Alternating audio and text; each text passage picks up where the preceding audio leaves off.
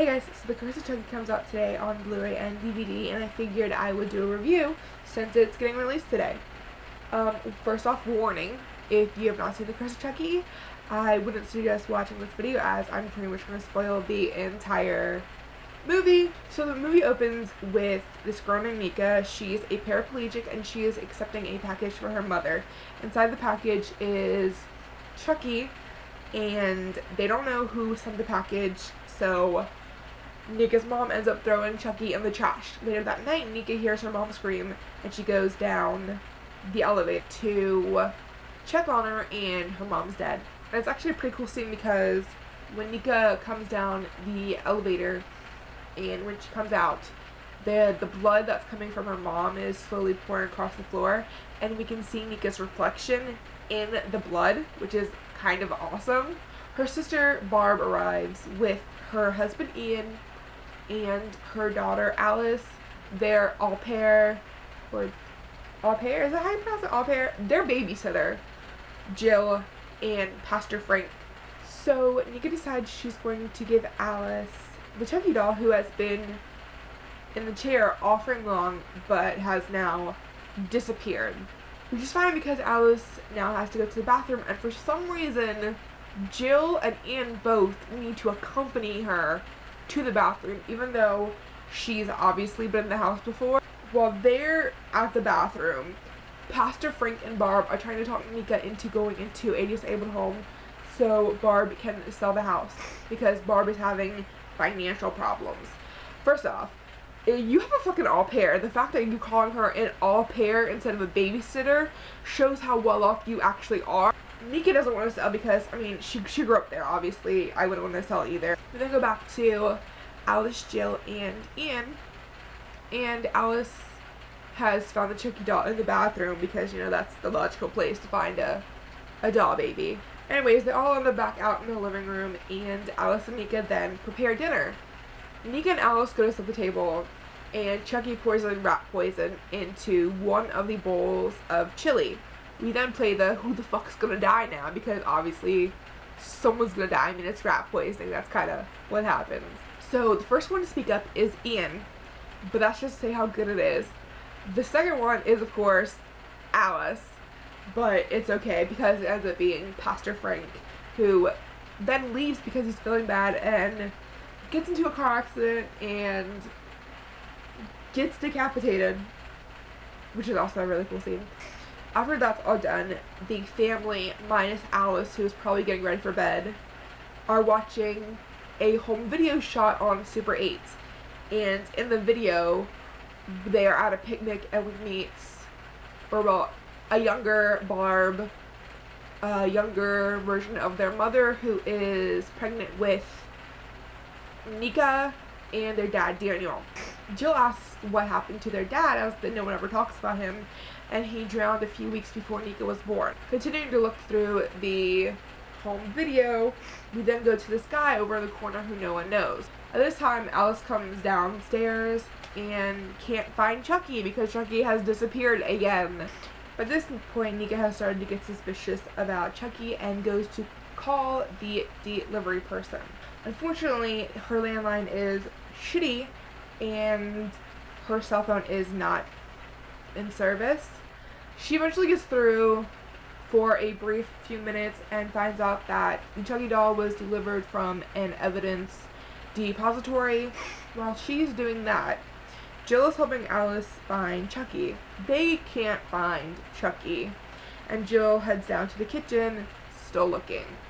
Jill runs into Barb, and what is the biggest plot twist this year, Jill is not with Ian, she's with Barb. Like the entire movie up to this point, Ian and Jill were flirting, and it turns out Jill is actually with Barb. So I thought that was awesome. Anyways, Nika goes back out to the living room. At this time, only Ian's down there, and Chucky is now sitting next to Ian. Nika goes to take the Chucky doll back up to Alice. When Nika exits the elevator, Barb is waiting. Alice then gets Chucky and heads into bed. Alice tells Barb that Chucky said that God is not real and that life's a bitch and then you die. Anyways, Barb leaves, and by now it's storming, and Alice does not like the storm. So Alice makes a little fort under her sheets with her and Chucky. She tells Chucky that she is scared, and we get the first talkings of Chucky as Chucky, not the good guy doll, where he says, "You fucking should be." Which is great because he's cursing at a little kid. So Jill finally heads up to sleep, and she's bunking with Alice. She gets on Skype with Barb, which is fucking stupid. They could have easily just gone into the bathroom downstairs where they would have been in perfect privacy, but no, they had to Skype. They don't even talk. And it was kind of pointless because Barb sees Alice, or she thinks it's Alice, it's Chucky walking around behind. Long story short, Jill gets killed because Chucky knocks over a bucket of water, making the floor plugs, because it's an old Victorian house. It electrocutes her. So because of this, the power goes out, and Barb gets up to go check on Alice, or probably Jill. And this is when Ian wakes up and tells her that he knows about the affair and that he planted a nanny cam in Chucky. He then puts in earplugs, because he doesn't want to hear Barb bitch anymore. She leaves and finds Chucky in the hallway. While all that was happening, Nika is on the computer looking up Chucky Evidence Depository and coming up with a line of murders. The one she clicks on, of course, is Annie Barkley, who was the first one, and it's kind of, this movie is taking it back to the old days, using a kid instead of an adult. And Annie Barkley was saying that Chucky was the one doing all this. So since the power is out, Nika calls up to Barb, but they get their wires crossed because Barb thinks Nika knows about the fact that there's a nanny cam and Chucky, but Nika's actually trying to tell her to put Chucky down because he is a killer doll. Barb doesn't listen because she thinks it's about the nanny cam. So Barb and Chucky go up to the attic and start looking. Barb then finds a knife in Chucky's overalls, which, I mean, hello, why the hell would there be a knife in Chucky's overalls? And she puts him down with the knife next to him, which was stupid, and turns away from him. When she turns back around, Chucky is right there, and she notices that his face is peeling. She then starts to peel it off, and we find out that it is not the original good guy doll we thought it was. It is actually the stitched up good guy doll that's been in the last few sequels. He then ends up plucking her eyeball out.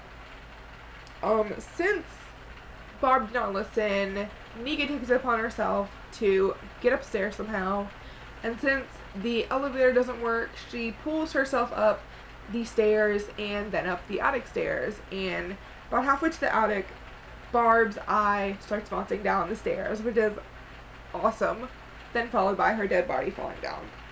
Chucky then stops coming after Nika, and Nika manages to get away in a wheelchair in a closet that was in a closet nearby, and she goes to look for Alice, but she can't find her, and she ends up seeing Jill's dead body.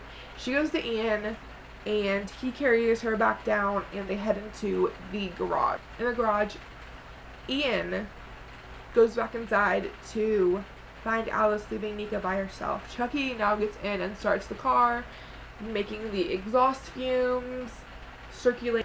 She manages to turn everything off, and Ian comes back in, and Nika had just picked up a knife, or not a knife, but an axe to kill Chucky. And so when Ian comes in, he thinks Nika's actually the killer.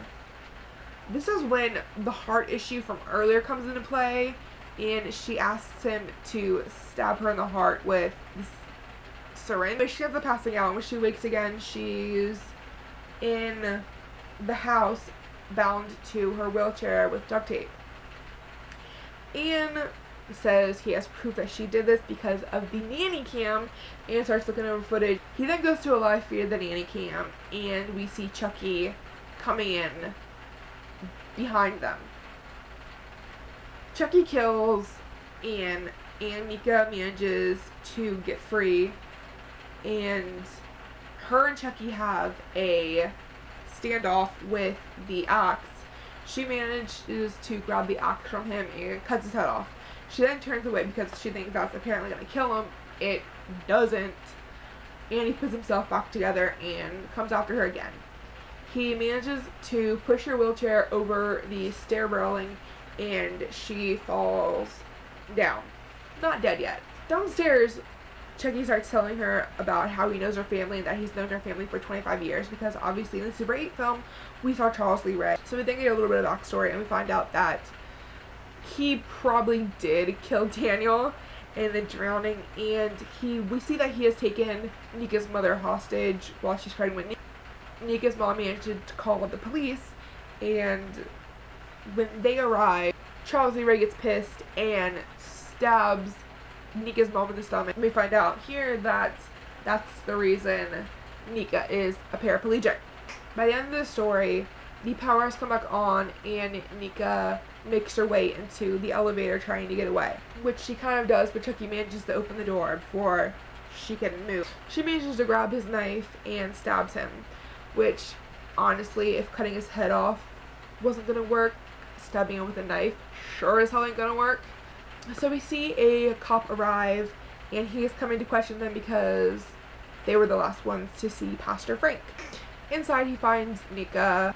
We then are taken to a courtroom where Nika is sentenced to live out the rest of her days in a loony bin because they think she's crazy. And we are then taken back to, I kind of want to say it's the same cop from the house and the car scene, but it could be a different cop. Either way, the cop has the evidence bag with Chucky in it, and he gets into his cruiser, and then he makes a call saying, "Don't forget to bring my money."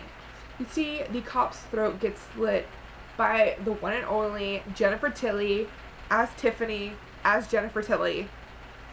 She cuts his throat, and we then see her grab the bag, and she asks Chucky, "Who's next?" We're then taken to a delivery place where Tiffany then sends Chucky off to his next victim's place. We are then transported to where Alice is, and it's her grandmother's house, and the package has arrived there. Alice finds Chucky, and Chucky tells her that they are going to play a game. The game they are going to play is Hide the Soul, which is Chucky transferring her soul into Alice. Chucky then starts the chant to put his soul in Alice, which I don't know how it works because we don't see the amulet, and the only way to do this is with the amulet, as we've been told in the past 5 movies. We pan away from them, and for some reason, this honestly wasn't necessary. We see Alice's grandmother pop up with a bag over her head. This honestly was not necessary. The movie ends there, but hopefully we'll stay for the end credits because there is a post-credit scene. We then see a delivery woman delivering a package to this guy. This guy takes the package up to his apartment, and upstairs the guy sets the package on the table, and when the phone rings and it's his mom, and he goes to talk to his mom, turning his back to Chucky. We then see Chucky cutting through the package, and when he pops up, we pan over, kind of in his line of vision, to the table next to him, showing who this may be. We see a Kent Academy certificate, and then a picture of this guy with his mom. And we now find out this guy is a grown-up Andy Barkley, which is amazing because I've always wondered what happened with Andy after the 3rd movie. As Chucky turns around, we now see that Andy is right in front of Chucky with a rifle pointed at Chucky. He then tells Chucky to play with this. We fade to black and hear a gunshot. I loved this movie so much. If you have not seen it, go freaking watch. It is so good. I was not expecting Jennifer Tilly. Or Tiffany as Jennifer Tilly as Tiffany as Jennifer Tilly as Tiffany. Whatever way you want to say it, because it's literally her as Tiffany as her as Tiffany. It's ridiculous, but it's amazing. I was not expecting to ever see Andy Barkley again. Like, this is going to tide me over until the next Chucky movie, which is probably going to be like in a good 5 to 6 years. But honestly, this was a great movie. I mean, we opened with the original Good Guy Chucky doll, and by the end of the movie, we find out that it's actually the stitched up Chucky doll. I love this movie. If you have not seen Crazy Chucky, you need to, and I hope you enjoyed this review slash recap thing, and thanks for watching.